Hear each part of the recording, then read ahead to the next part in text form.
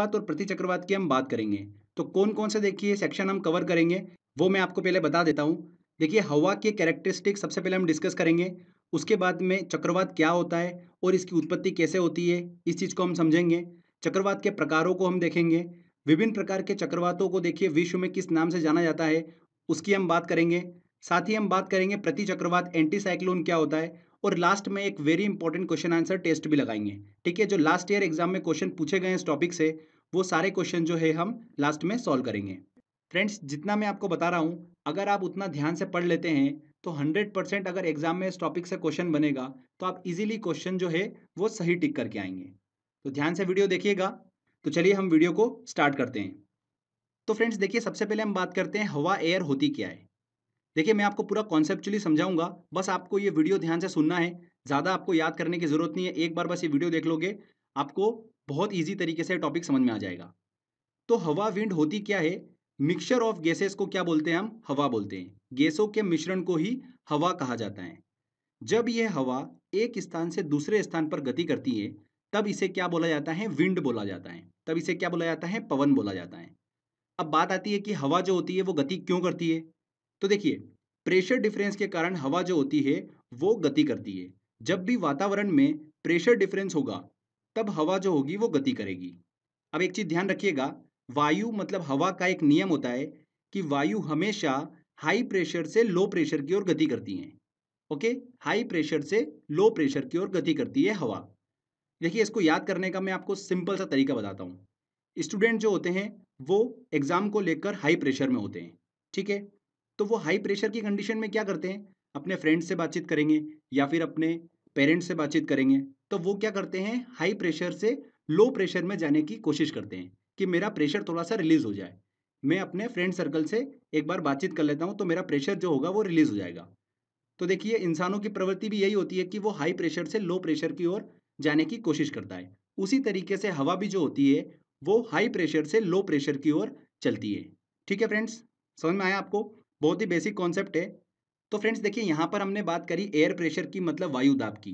तो उससे रिलेटेड एक पॉइंट ध्यान रखिएगा कि वायु दाब को बैरोमीटर का उपयोग करके मापा जाता है। किस यंत्र की हेल्प से? बैरोमीटर का उपयोग करके वायु दाब को मापा जाता है। बैरोमीटर में जब पारा अचानक से गिरता है तो वो तूफान आने का संकेत देता है। जब पारा धीरे धीरे बैरोमीटर में बढ़ने लगता है तब वह प्रति चक्रवात मतलब एंटी साइक्लोन का संकेत देता है। ठीक है, मतलब मौसम साफ होने वाला है। ये हम आगे समझेंगे। अभी बस इतना ध्यान रखिए कि बैरोमीटर में जब भी पारा धीरे धीरे बढ़ता है तो वो साफ मौसम का संकेत देता है, और जब पारा अचानक से गिर कर फिर धीरे धीरे बढ़ता है तो वो बारिश का संकेत देता है। Clear friends? तो बस ध्यान रखिएगा, वायु दाब को बैरोमीटर की सहायता से मापा जाता है। साथ ही फ्रेंड ध्यान रखिएगा, हवा का एक और कैरेक्टरिस्टिक्स होता है कि जब हवा जो होती है वो गर्म हो जाती है तब वो गर्म होने के बाद हल्की हो जाती है और धीरे धीरे जो है हवा ऊपर उठने लगती है। वायु गर्म होने पर हल्की होकर धीरे धीरे ऊपर उठने लगती हैं। आगे देखिए फ्रेंड, यहाँ पर हम प्रेशर की बात कर रहे हैं तो देखिए प्रेशर का एक रिलेशन होता है टेम्परेचर से। उसको आपको पता होना चाहिए। प्रेशर जो होता है वो टेम्परेचर के इन्वर्स होता है। जब भी प्रेशर बढ़ेगा तब टेम्परेचर कम हो जाता है। जब भी प्रेशर कम होगा तब टेम्परेचर बढ़ जाता है। ठीक है, ये इन्वर्स रिलेशन होता है दोनों के बीच में। देखिए यूपीपीसीएस 2015 में इससे रिलेटेड एक क्वेश्चन पूछा था कि पृथ्वी पर वायु दाब कम कब होता है। तो पृथ्वी पर वायु दाब मतलब एयर प्रेशर कम कब होगा? प्रेशर को कम करना मतलब टेम्परेचर बढ़ेगा। मतलब ग्रीष्म ऋतु में टेम्परेचर बढ़ता है। तो ग्रीष्म ऋतु में पृथ्वी पर वायु दाब जो होता है वो कम होता है। बेसिक कॉन्सेप्ट से देखिए क्वेश्चन यहाँ पर एग्जाम में पूछ लेते हैं, तो ध्यान रखिएगा इस चीज को। तो ये हमने देखिए बात करी हवा के कैरेक्टरिस्टिक्स की। आई होप आपको समझ में आया होगा। अब देखिए फ्रेंड्स, हम आगे बात करते हैं कि चक्रवात होता क्या है, साइक्लोन क्या होता है और इसकी उत्पत्ति कैसे होती है। ठीक है, तो इसकी डेफिनेशन हम बाद में डिस्कस करेंगे। पहले देखिए हम बात करते हैं कि इसकी उत्पत्ति कैसे होती है। तो देखिए फ्रेंड्स, पृथ्वी जब सूर्य के प्रकाश के कारण गर्म हो जाती है तब पृथ्वी पर मौजूद वायु जो है वो गर्म हो जाती है, और गर्म होने के बाद देखिए वायु क्या हो जाती है? हल्की हो जाती है और ऊपर उठने लगती है। जब वायु ऊपर की ओर उठ जाती है तब वहां पर देखिए निम्न दाब का एक क्षेत्र बन जाता है, जो रिक्त स्थान बन जाता है। ठीक है, जो स्पेस क्रिएट हो जाता है वहां पर देखिए निम्न दाब का एक क्षेत्र बन जाता है। लो प्रेशर सेंटर जो है वहां पर जनरेट हो जाता है। तब देखिए जो आसपास की हाई प्रेशर वाली जो हवा है वो निम्न दाब की ओर गति करने लगती है। जब भी प्रेशर डिफरेंस होगा, हवा जो होगी वो गति करेगी, हमने पढ़ रखा है, ठीक है ना फ्रेंड्स। तो हाई प्रेशर से लो प्रेशर की ओर हवा जो है वो गति करने लगती है। अब एक चीज ध्यान रखिएगा, हवा जो होती है वो सीधे हाई प्रेशर से लो प्रेशर की ओर गति नहीं करती है। देखिए फ्रेंड्स, यहाँ पर एक कॉन्सेप्ट है, पृथ्वी की घूर्णन गति के कारण जो पृथ्वी अपने अक्ष पर घूमती है उसके कारण देखिए कोरियोलिसिस बल जो है वो क्रिएट होता है, और वो बल जो होता है वो वायु को क्या करता है, चक्रीय गति प्रदान करता है। ओके फ्रेंड्स, इसलिए वायु जो है हाई प्रेशर से लो प्रेशर की ओर जाने पर चक्करदार मार्ग पर गति करने लगती है, जिसे ही हम क्या बोलते हैं, चक्रवात कहते हैं। सिंपल सी बात है, देखिए नाम से स्पष्ट हो रहा है, ठीक है, चक्करदार हवाएं मतलब चक्रवात। क्लियर। तो आपको यहाँ पर देखिए समझ में आया होगा कि चक्रवात के सेंटर में जो है वहां पर निम्न दाब का क्षेत्र होता है, और बाहर की ओर जो होता है वो हाई प्रेशर का होता है, क्योंकि हाई प्रेशर से लो प्रेशर की ओर हवाएं जो है वो गति करती है। समझ में आया आपको? बहुत ही सिंपल कॉन्सेप्ट है। चक्रवात के सेंटर में लो प्रेशर है, बाहर की ओर हाई प्रेशर है। लो प्रेशर क्यों क्रिएट हुआ? देखिए यहाँ पर सूर्य के प्रकाश के कारण पृथ्वी पर मौजूद वायु गर्म होकर ऊपर उठने लगती है, तब आसपास की जो ठंडी हवाएं हैं, मतलब हाई प्रेशर वाली जो हवाएं हैं, वो लो प्रेशर की ओर गति करने लगती है। ठीक है, इसलिए चक्रवात के सेंटर में लो प्रेशर होता है और आसपास जो होता है वहां पर हाई प्रेशर होता है। ठीक है फ्रेंड्स, बहुत ही क्लियर है, एसएससी में क्वेश्चन यहाँ से पूछ लिया गया था, इस चीज को ध्यान रखिएगा। अब देखिए यहाँ पर हमने एक फोर्स की बात करी, कोरियोलिसिस बल। ठीक है, कोरियोलिसिस फोर्स, ये क्या होता है? बहुत ही इंपॉर्टेंट कॉन्सेप्ट है इसका, ध्यान से समझिएगा। यहाँ से भी एग्जाम में क्वेश्चन पूछा गया था। देखिए, पृथ्वी जैसा कि आपको पता है कि अपने अक्ष पर घूर्णन करती है। इस घूर्णन के कारण वायु की दिशा में डिफ्लेक्शन मतलब विक्षेप देखने को मिलता है। सबसे पहले इस विक्षेप को, डिफ्लेक्शन का अध्ययन किसने करा था? जीजी कोरियोलिसिस ने किया था। इसलिए इस विक्षेपण फोर्स को, इस विक्षेपण बल को, डिफ्लेक्शन को क्या कहा गया? कोरियोलिसिस बल कहा गया। अब देखिए फ्रेंड्स, जीजी कोरियोलिसिस ने क्या देखा, जो हमारी पृथ्वी है वो उत्तरी गोलार्ध और दक्षिणी गोलार्ध में बटी हुई है। ठीक है, पहले भी हम डिस्कस कर चुके हैं। तो उत्तरी गोलार्ध में गतिशील वस्तु जो होती है, जैसे कि पवन, पक्षी, मिसाइल, गोली, ये सब जो गतिशील वस्तु होती है, इस बल के प्रभाव के कारण राइट साइड मुड़ जाती है, मतलब अपने दाएं की तरफ में मुड़ जाती है, और दक्षिणी गोलार्ध में वो लेफ्ट साइड को मुड़ जाती है। ठीक है, इस बात का अध्ययन जो है वो किसने करा? जीजी कोरियोलिसिस ने करा। इसीलिए इस डिफ्लेक्शन फोर्स को क्या कहा गया? कोरियोलिसिस बल कहा गया। ठीक है फ्रेंड्स, आई होप आपको समझ में आया होगा। ये कॉन्सेप्ट जो है ये आगे यूज होने वाला है, तो इस चीज को ध्यान रखिएगा। उत्तरी गोलार्ध में गतिशील वस्तु जो है इस बल के प्रभाव के कारण अपने राइट साइड की ओर मुड़ जाती है, और दक्षिणी गोलार्ध में लेफ्ट साइड की ओर मुड़ जाती है। आगे जो हम डिस्कस करने वाले हैं कि चक्रवात में हवा की डायरेक्शन क्या होती है, एंटी साइक्लोन में हवा की डायरेक्शन क्या होती है, वो बड़ी आसानी से आप निकाल पाएंगे अगर आपको ये कॉन्सेप्ट क्लियर होगा तो ये हमने समझ लिया चक्रवात क्या होता है, इसकी उत्पत्ति कैसे होती है। ठीक है, आगे अब बात करते हैं चक्रवात के प्रकारों की। तो देखिए फ्रेंड्स, चक्रवात के दो प्रकार होते हैं, एक होता है उष्णकटिबंधीय चक्रवात और एक होता है शीतोष्ण चक्रवात। ओके, ट्रॉपिकल साइक्लोन और टेम्परेट साइक्लोन। चलिए इनको हम समझ लेते हैं। तो देखिए ये हमारी पृथ्वी है, इसके सेंटर में 0 डिग्री अक्षांश मतलब भूमध्य रेखा, जिसे इक्वेटर बोलते हैं। उत्तरी गोलार्ध में देखिए 23.5 डिग्री अक्षांश, जिसे कर्क रेखा बोलते हैं, ट्रॉपिक ऑफ कैंसर। दक्षिणी गोलार्ध में देखिए 23.5 डिग्री अक्षांश, इसे क्या बोलते हैं? मकर रेखा, ट्रॉपिक ऑफ कैप्रिकॉन। तो कर्क रेखा और मकर रेखा के बीच का जो क्षेत्र होता है इसे ही हम क्या बोलते हैं? उष्णकटिबंधीय क्षेत्र बोलते हैं। ठीक है, अब देखिए फ्रेंड्स, उत्तरी गोलार्ध और दक्षिणी गोलार्ध में 23.5 डिग्री से लेकर 66.5 डिग्री तक जो क्षेत्र होता है उसे हम क्या बोलते हैं? शीतोष्ण कटिबंधीय क्षेत्र बोलते हैं। ओके, और देखिए फ्रेंड्स, 66.5 डिग्री से लेकर ध्रुव तक का जो एरिया होता है उसे हम क्या बोलते हैं? शीत कटिबंधीय क्षेत्र बोलते हैं। ठीक है फ्रेंड्स, पोल तक का जो एरिया होता है उसे हम क्या बोलते हैं? शीत कटिबंधीय क्षेत्र बोलते हैं। अब देखिए, उष्ण कटिबंधीय चक्रवात और शीतोष्ण कटिबंधीय चक्रवात किसे बोलेंगे? बहुत ही सिंपल है, वे चक्रवात जो कर्क रेखा और मकर रेखा के बीच में मतलब उष्ण कटिबंधीय क्षेत्र में पैदा होते हैं उसे क्या बोलते हैं? हम उष्ण कटिबंधीय चक्रवात कहते हैं। 35 डिग्री से लेकर 65 डिग्री अक्षांशों के बीच आने वाले चक्रवातों को क्या बोलते हैं? शीतोष्ण कटिबंधीय चक्रवात कहते हैं। बहुत ही सिंपल है, शीतोष्ण कटिबंधीय क्षेत्र में आने वाले चक्रवातों को क्या बोलते हैं? शीतोष्ण कटिबंधीय चक्रवात कहते हैं, 35 डिग्री से लेकर 65 डिग्री अक्षांशों के बीच में। ठीक है, उत्तरी गोलार्ध और दक्षिणी गोलार्ध दोनों में। आगे देखिए फ्रेंड्स, हम बात करते हैं कि चक्रवात के दौरान वायु की दिशा जो होती है वो क्या होती है। यहाँ से भी एग्जाम में देखिए क्वेश्चन बन जाता है, काफ़ी इंपॉर्टेंट है। यहाँ पर देखिए जो मैंने आपको कॉन्सेप्ट बताया था कोरियोलिसिस बल का, वो यहाँ पर यूज होने वाला है। जी कोरियोलिसिस ने देखिए क्या बोला था कि जब भी हवा उत्तरी गोलार्ध में हाई प्रेशर से लो प्रेशर की ओर गति करती है तो वो अपने राइट साइड मतलब दाएं तरफ की ओर मुड़ जाती है। ठीक है फ्रेंड्स, मतलब उसमें डिफ्लेक्शन देखा जाता है राइट साइड की ओर। तो देखिए यहाँ पर राइट साइड की ओर हवा जो होती है वो मुड़ जाती है। अब देखिए इस सर्कल को आप पूरा करिए, तो देखिए ये क्या बना यहाँ पर, घड़ी की सुई के विपरीत डायरेक्शन में। मतलब उत्तरी गोलार्ध में चक्रवात के दौरान हवा की जो डायरेक्शन होगी वो घड़ी की सुई के विपरीत होती है। समझ में आया आपको? ऐसे ही देखिए दक्षिणी गोलार्ध में बात करते हैं, कोरियोलिसिस बल के कारण हवा जो होती है वो लेफ्ट की ओर मुड़ जाती है। ठीक है, हाई प्रेशर से लो प्रेशर की तरफ चक्रवात के दौरान हवा जब जाती है तब वो सीधे जाने की बजाय अपने लेफ्ट की ओर थोड़ा सा मुड़ जाती है, उसमें लेफ्ट की ओर विक्षेपण देखने को मिलता है। तो देखिए फ्रेंड्स, अब इस सर्कल को आप कंप्लीट करिए, तो घड़ी की सुई के देखिए दिशा में ये हमारा कंप्लीट होता है। मतलब दक्षिणी गोलार्ध में चक्रवात के दौरान हवा की जो डायरेक्शन होगी घड़ी के सुई के अनुकूल होगी। क्लियर? बहुत ही इंपॉर्टेंट है ये। आई होप आपको समझ में आया होगा। कुछ भी डायरेक्शन आपको याद करने की ज़रूरत नहीं है। अगर आपको बेसिक कॉन्सेप्ट पता है कोरियोलिसिस बल का तो आप बहुत ही आसानी से निकाल पाएंगे। आगे फ्रेंड्स हम बात करते हैं विश्व के प्रमुख चक्रवातों के नाम की। तो देखिए फ्रेंड्स, भारत के आसपास समुद्री क्षेत्र में जो चक्रवात आते हैं उसे क्या बोलते हैं हम, साइक्लोन, मतलब नॉर्मली चक्रवात के नाम से जानते हैं।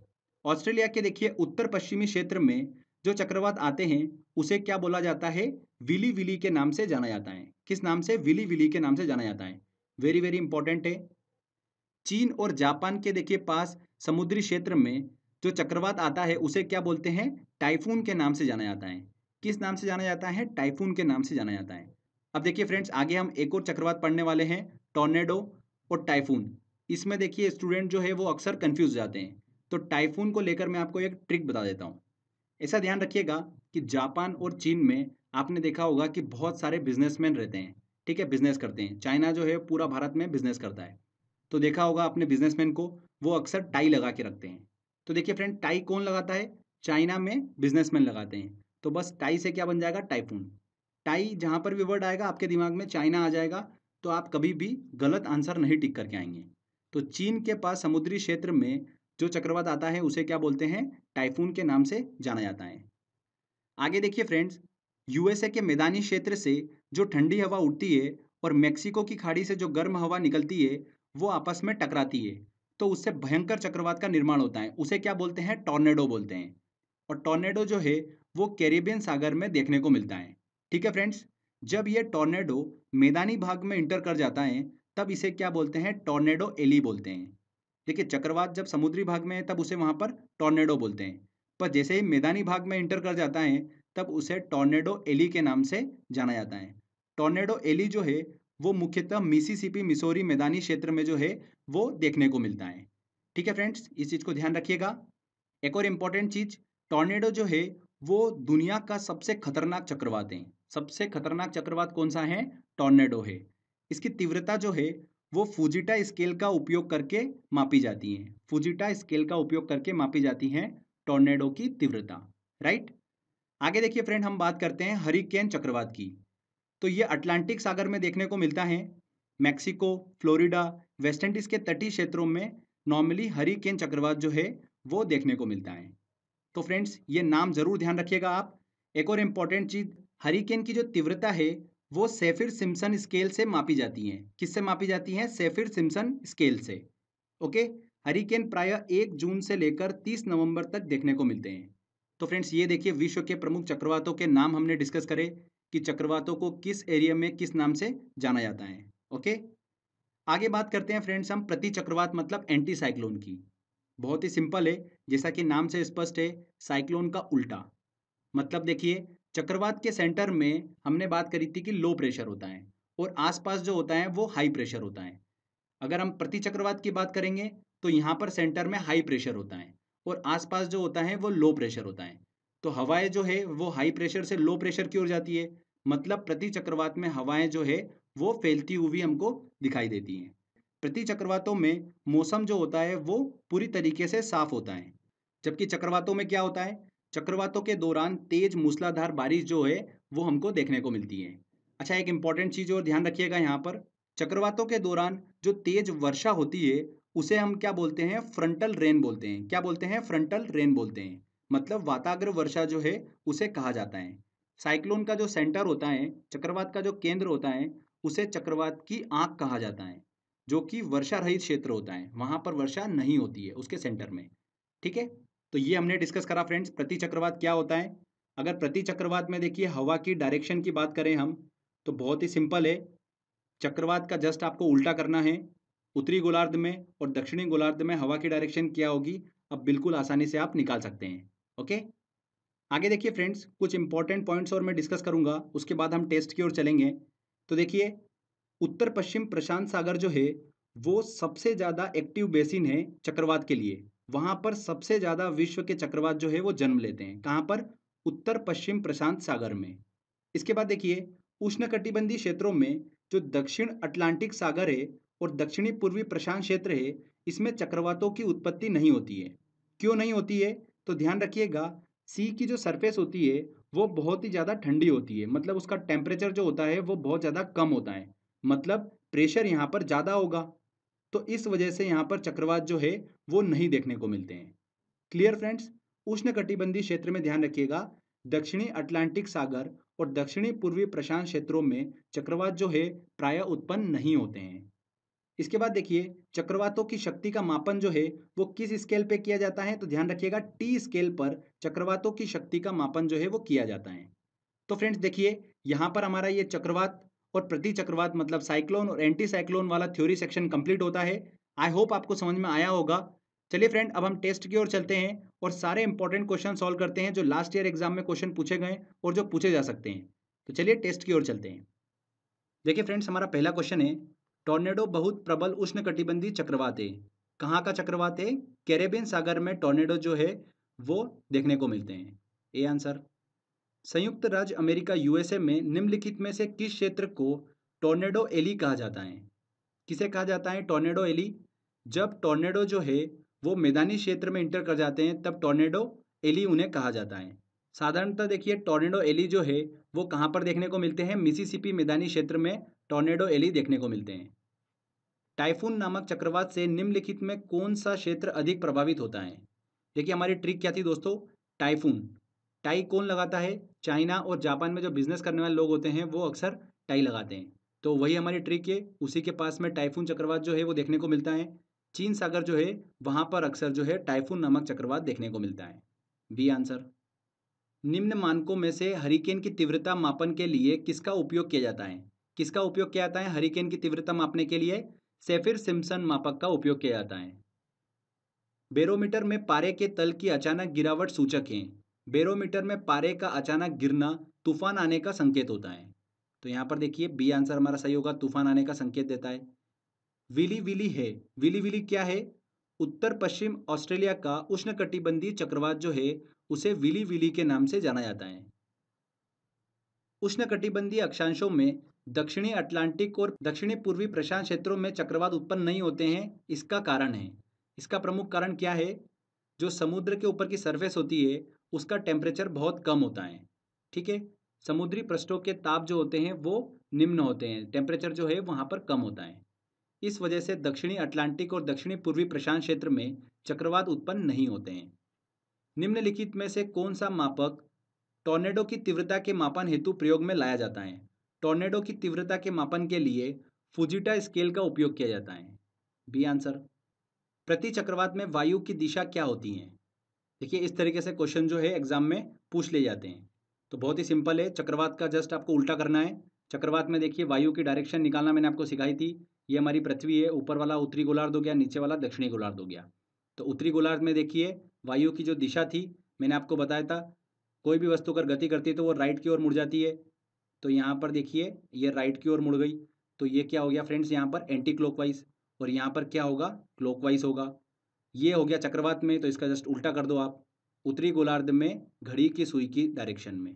तो देखिए उत्तरी गोलार्ध में घड़ी के सुई के अनुकूल और दक्षिणी गोलार्ध में घड़ी की सुई के विपरीत। बी आंसर यहाँ पर सही होगा। ठीक है फ्रेंड्स, चलिए अगला क्वेश्चन लेते हैं। चक्रवात की उत्पत्ति कैसे होती है? चक्रवात की उत्पत्ति कैसे होती है? दो विभिन्न तापमान वाली वायु राशियां जब मिलती है तब उनके टकराने से चक्रवात की उत्पत्ति जो है वो होती है। B answer. चक्रवात में वायु की दिशा क्या होती है? तो चक्रवात में क्या होगी? अभी हमने डिस्कस करा, उत्तरी गोलार्ध में घड़ी के सुई के विपरीत और दक्षिणी गोलार्ध में घड़ी के सुई के अनुकूल। A answer. फ्रंटल वर्षा, वाताग्र वर्षा किस कारण होती है? तो चक्रवात की गतिविधि के कारण जो वर्षा होती है उसे क्या बोलते हैं? फ्रंटल वर्षा बोलते हैं, फ्रंटल रेन कहा जाता है। ठीक है, तो यहाँ पर सी आंसर। टी स्केल पर निम्न में से किसका मापन किया जाता है? टी स्केल पर चक्रवातों की शक्ति का मापन किया जाता है। जापान चीन सागर में जो उष्णकटिबंधीय चक्रवात आते हैं उन्हें क्या कहा जाता है? जापान और चीन सागर में देखिए जो उष्णकटिबंधीय चक्रवात देखने को मिलते हैं उन्हें टाइफून कहा जाता है। टॉर्नेडो को लेकर कंफ्यूज मत होइएगा, टाइफून उन्हें कहा जाता है। प्रति चक्रवात एंटी साइक्लोन की विशेषता होती है, क्या होती है? स्वच्छ आसमान जो होता है वो एंटी साइक्लोन की विशेषता होती है। उच्च दबाव वाली हवाएं जो केंद्र से बाहर की ओर चलती है उन्हें क्या कहते हैं? क्या कहते हैं फ्रेंड्स? चक्रवात में देखिए सेंटर में लो प्रेशर होता है और बाहर जो होता है वो हाई प्रेशर होता है। तो चक्रवात में हाई प्रेशर से लो प्रेशर की ओर हवाएं चलती है, मतलब बाहर से केंद्र की ओर। और एंटी साइक्लोन में प्रति चक्रवात में सेंटर में हाई प्रेशर होता है और बाहर जो होता है वो लो प्रेशर होता है, तो केंद्र से बाहर की ओर हवाएं चलती है। ठीक है ना, तो केंद्र से बाहर की ओर हवाएं चलती है प्रति चक्रवात में। अगला देखिए, चक्रवात कब होता है? चक्रवात का निर्माण कब होगा? जब केंद्र में दाब निम्न होगा और चारों ओर दाब उच्च होगा, मतलब ए आंसर। जब केंद्र में निम्न दाब और चारों ओर उच्च दाब होता है तब चक्रवात का निर्माण होता है। टॉर्नेडो है, टॉर्नेडो क्या है? एक प्रकार का चक्रवात है, उसके केंद्र में क्या होगा? निम्न दाब होगा, तो एक अति निम्न दाब का केंद्र होता है टॉर्नेडो। B answer. प्रति चक्रवात में वायु दाब कहाँ अधिक होता है? एंटी साइक्लोन में जो एयर प्रेशर होता है वो कहाँ पर अधिक होगा? ऑब्वियस सी बात है, सेंटर में हाई प्रेशर होता है और बाहर जो होता है वो लो प्रेशर होता है, तो केंद्र में जो होता है वो प्रति चक्रवात में वायु दाब अधिक होता है। निम्नलिखित में कौन सर्वाधिक विनाशकारी होता है? सबसे खतरनाक चक्रवात किसे कहा जाता है? टॉर्नेडो को कहा जाता है। वायु दाब सबसे कम होता है, वायु दाब जो है वो सबसे कम कब होता है? मैंने आपको देखिए एक कॉन्सेप्ट बताया था, प्रेशर और टेम्परेचर के बीच में। ठीक है, जब भी प्रेशर बढ़ेगा तो टेम्परेचर कम हो जाता है। यहाँ पर क्या बोल रहा है वो? वायु दाब सबसे कम होता है, मतलब प्रेशर जो होगा वो कम होगा तो टेम्परेचर बढ़ेगा। मतलब टेम्परेचर कब बढ़ेगा? ग्रीष्म ऋतु में, तो ग्रीष्म ऋतु में वायु दाब जो है वो सबसे कम होता है। डी आंसर, बेसिक कॉन्सेप्ट था। चलिए अगला क्वेश्चन लेते हैं। सूची 1 को सूची 2 से सुमेलित कीजिए। ऑस्ट्रेलिया में देखिए व्हीली व्हीली चक्रवात, चीन में कौन सा? टाइफून, भारत में देखिए कौन सा? चक्रवात, और यूएसए संयुक्त राज्य अमेरिका में कौन सा? हरिकेन। तो ये हो गया देखिए हमारा 2, 3, 4 और 1। तो यहाँ पर देखिए 2, 3, 4, 1, ए आंसर सही होगा। दक्षिणी गोलार्ध में पवन के बाईं ओर विचलन का क्या कारण होता है? दक्षिणी गोलार्ध में हवा जो होती है वो लेफ्ट साइड डिफ्लेक्ट हो जाती है, उसका क्या कारण होता है? क्या कारण होता है? कोरियोलिसिस बल, जो कि पृथ्वी के घूर्णन के कारण लगता है। तो यहाँ पर सी आंसर बिल्कुल सही होगा। तो देखिए यहाँ पर हमारा टेस्ट वाला सेक्शन कंप्लीट होता है। दोस्तों अगर एग्जाम में इस टॉपिक से क्वेश्चन आएगा तो आप 100% क्वेश्चन जो है वो सही करके आएंगे। तो आई होप आपको ये वीडियो काफ़ी पसंद आया होगा। अगर आपको ये वीडियो अच्छा लगा है तो प्लीज़ वीडियो को लाइक करिए